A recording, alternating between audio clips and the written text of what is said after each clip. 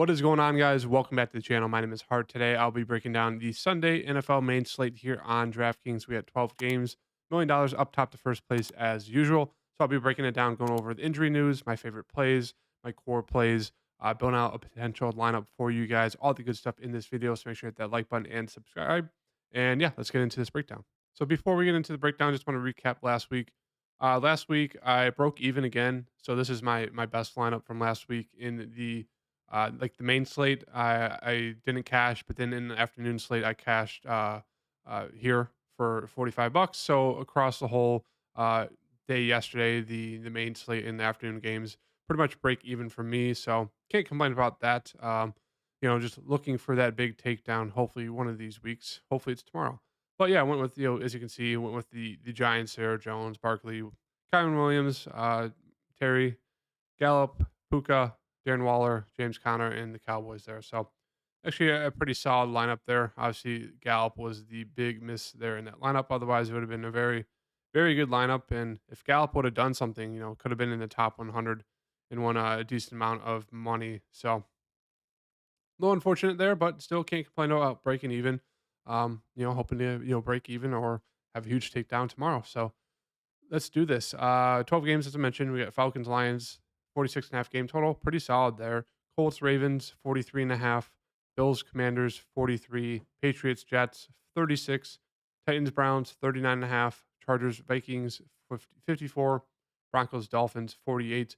Texans, Jaguars, 44. Saints, Packers, 42. Panthers, Seahawks, 42. And Cowboys, Cardinals, 43. And then Bears, Chiefs, 48. So I know there's a few games, the ones on the East Coast, that could be affected by some storms. So I think that is potentially the Bills Commanders game. I think that's one of them. I think Patriots Jets is another. And I don't know if it's the Browns game, the Browns Titans, or if it's the Colts Ravens. But just be aware there are some games there is some weather risk here for tomorrow on the East Coast. So starting off here, we'll go with the quarterbacks. Um, Once again, it's really not hard to like the top few guys here for quarterbacks. Obviously, Mahomes looks great. He has Kelsey back. The Bears have let up 25 or more points in 12 straight games, and in all 12 of those games they've lost as well. So Mahomes looks like a great option there with Travis Kelsey.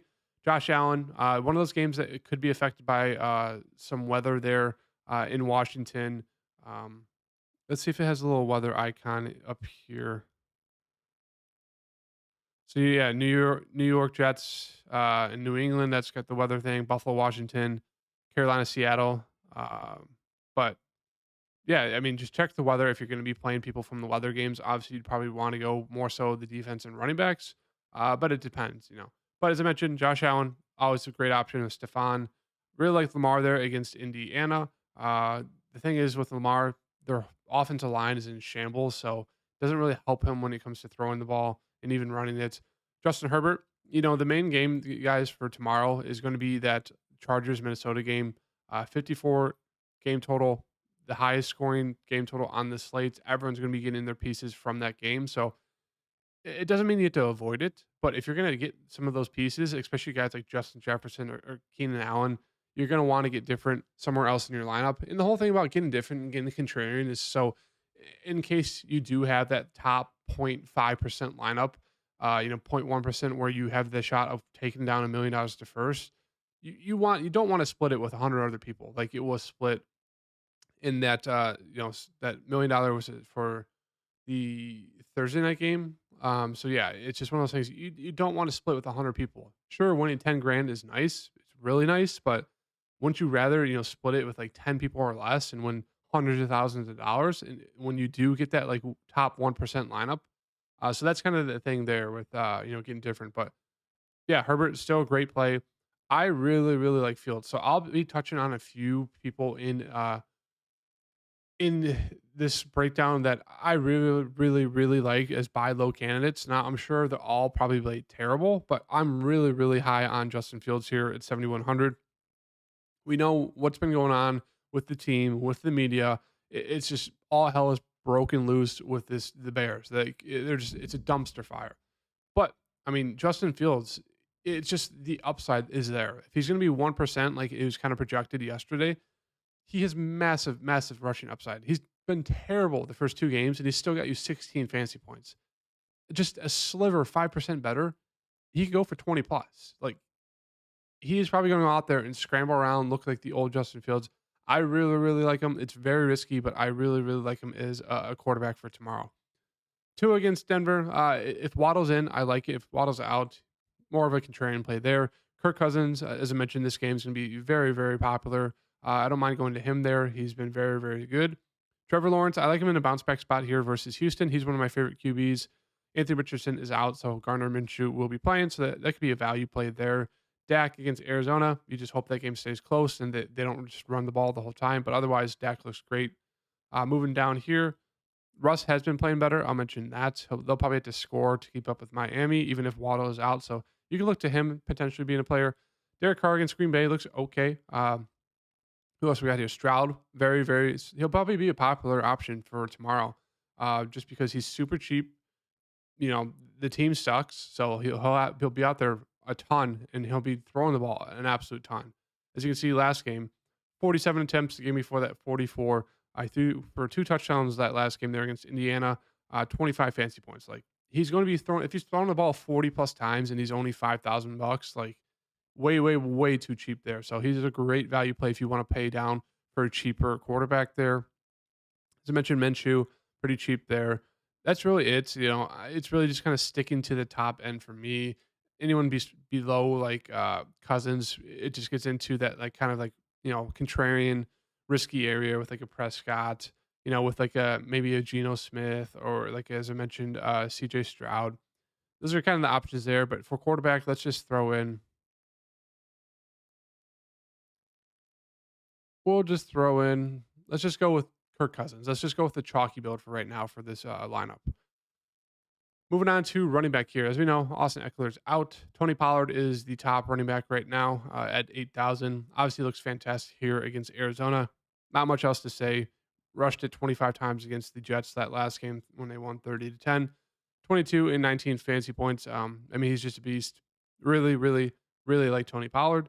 Bijan, they get a great matchup here against Detroit. He is seeing more attempts. He saw 19 last game. He's involved out of the backfield. He's just all around great and fantastic back. 2 straight games of 20 or more fantasy points. Really, really like him in that matchup against Detroit. Derrick Henry, I really like him as a contrarian play here. I think everyone's going to either pay up for Bijan or Tony Pollard, or they're going to pay down for other guys. And I think Derrick Henry is really going under the radar. So I do really like him a lot. I think ETN's is a solid play there if you want to get a piece from that game. Aaron Jones is questionable. If he's in, if he's full go, I like him. If he's out, see AJ Dillon is more just a contrarian play there. Stevenson versus the Jets, he'll be involved in the passing game. He looks okay. Gibbs against Atlanta, he will be running back one, but they do like to run a running back committee there in Detroit. So don't be surprised when Craig Reynolds gets a lot of action there, and they maybe just split the carries. So more of like an okay play for me.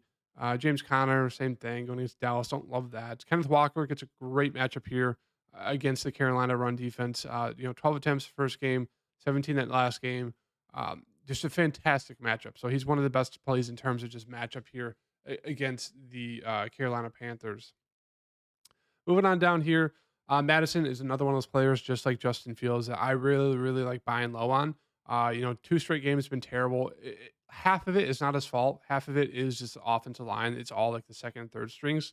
So you can't really blame him. But still, he hasn't been that efficient. But yeah, love buying low on him. We get him in a great spot here in that game total. Who else do we got down here? Miles Sanders, another guy I'll mention. Really, really like him. He's getting a ton of attempts. He's getting the looks out of the backfield. He's pretty cheap, 5,700, going against Seattle's defense. So I think he's a very, very solid option there at 5,700. I'll mention Brees Hall.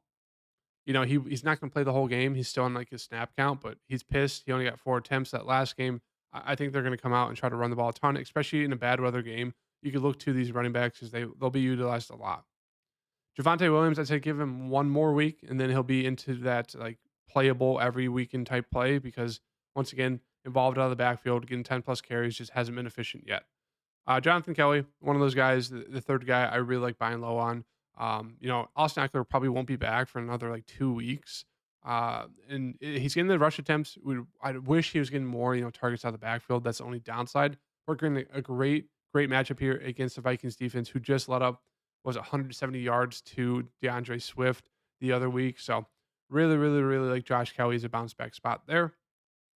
Pacheco's questionable. If he's out, we could definitely look to a CEH or a McKinnon there as some value pieces. So definitely keep an eye out on that because that allow you to play, have a piece of McKinnon with Patrick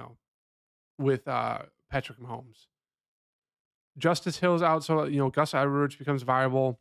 I can see him getting around 10 to 15 carries. Don't mind him there against Indiana. Solid spot. Who else do we got here? Algier. I really like him as a very contrarian play there. Going against Detroit, he's getting a ton of looks as well. Obviously splitting the field with Bijan, but 16 carries in that last game. So he's heavily involved. It's just sometimes he won't get the targets out of the backfield. And if he doesn't score a touchdown, that could really hurt him. But I think he's a very, very solid option. And that really does it for the running back situation. I will mention Jerome Ford, obviously running back one there, but now they have Kareem Hunt back, but it's just the worst run defense you can go against right now. So he's going to be just a very contrarian play there for me. Who else do we got down here?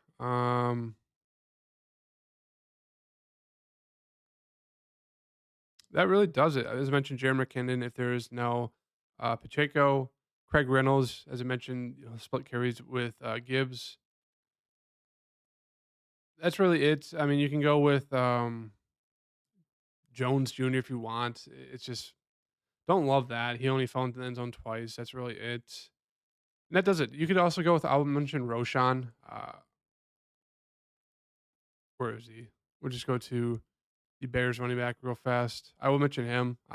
He's getting a lot more snaps, and he's pretty efficient too. So if you want pretty cheap running back there, especially if the game blows out, he'll get scrub time. He's definitely a decent option. So we'll just fill in. I'll throw in Madison. Let's just get a weird stack going on here. We'll do Madison. And then moving on to the wide receivers here. Obviously, Justin Jefferson going to be probably the most popular play on the slates. 2 straight games, 150 more or yards, and he just looks fantastic. Great game total. So he'll be obviously the best and most expensive player on the slate, but for good reason. Tyreek Hill, really like him. I like him more if there's no Waddle, or if there is Waddle, I really like Tyreek. If there's no Waddle, I don't like Tyreek as much just because I think a lot more people will be on him. Diggs, great play there. Just watch out for the weather. St. Brown, it looks like he should be good to go. Just keep an eye out on that. I think Lamb's a nice contrarian option there.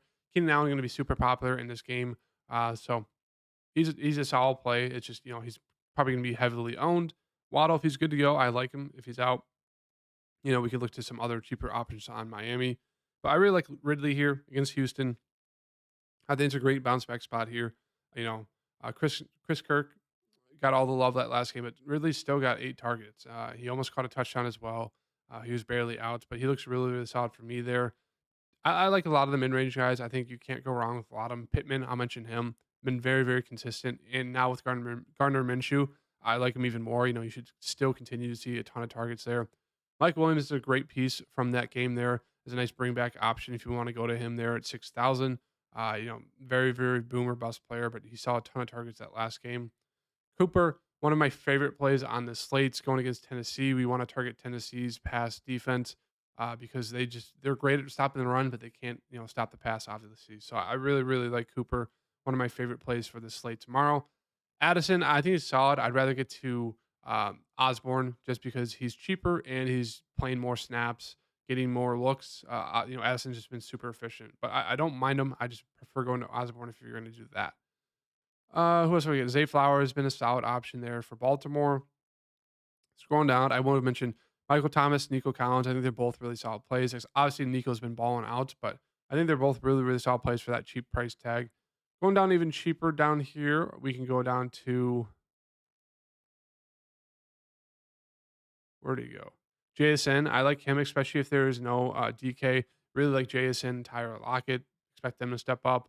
Obviously, Reynolds or Amon-Ra miss. We can definitely look to Khalif Raymond and some of those cheaper Detroit players. So there is still a decent amount of news we're kind of waiting on for this slate tomorrow. So definitely keep posted on that. But yeah, as I mentioned, Osborne 4,000. He's cheap, but he's seen a ton of snaps, playing pretty much the whole game. 6 targets, back-to-back games. Had a few drops in this last game as well. So he's a very, very viable option there in that high scoring game total. Thielen looked like, a solid wide receiver in that last game there. Now that Andy Dalton is, thrown to him, he looks decent. And that Tank Dell, I'll mention him. The Houston Texans guys, they'll also be a very, very popular team to get players from because they're all very cheap. As I mentioned, Stroud, he's throwing the ball 40 plus times a game. So Nico Collins, 5,300, and he's seen a ton of targets, 11 and 9. Robert Woods, he's old, but he's seen 10 and 9. And then Tank Dell really come on the past a week, 4 targets and then 10 that last game. So really, really, really like this wide receiver room. They're going to be very popular, but for good reason because they're all super cheap and they're all getting a ton of targets. So we'll throw Tank Dell there in the flex spot. Go down to the tight end situation. Love Kelsey, love Hawkinson, Andrews. They're all clear. They're a clear level above all the rest of the guys, but there are a lot of mid-range options, cheap options at tight end that are great. Like Ingram, don't mind him. Hunter Henry's been the best tight end across the board so far in terms of just fancy output.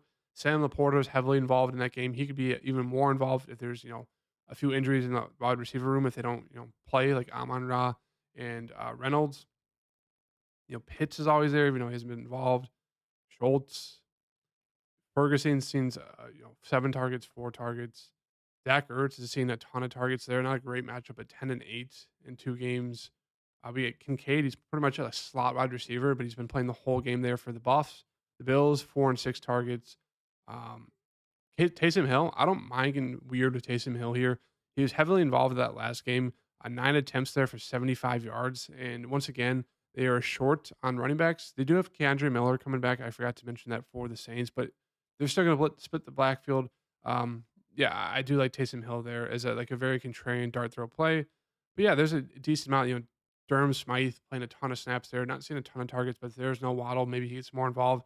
So you can really punt at the tight end position. You really don't have to pay up because a lot of these guys do get enough looks to be viable. So right now we'll just go with Laporta, depending on that Lions news there. And with defense, as I mentioned, with defense, you really just need to have that defense that goes off and gets a touchdown or a bunch of sacks. So it's very, very all over the place, very boomer bust here defenses. So it's always better to pay down for the cheaper defenses. That allows you to pay up for different positions. But right now, to take out Laporta just because we need to afford a defense here. Let's go to. Whoops. Let's just throw in.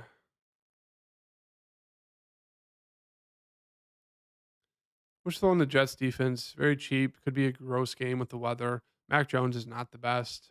So I like throwing him in there. And then tight end, we were left at 3,300 left over. So not a lot here for this build. Obviously, it's just kind of more of a just throwing a ton of people together in this build here. But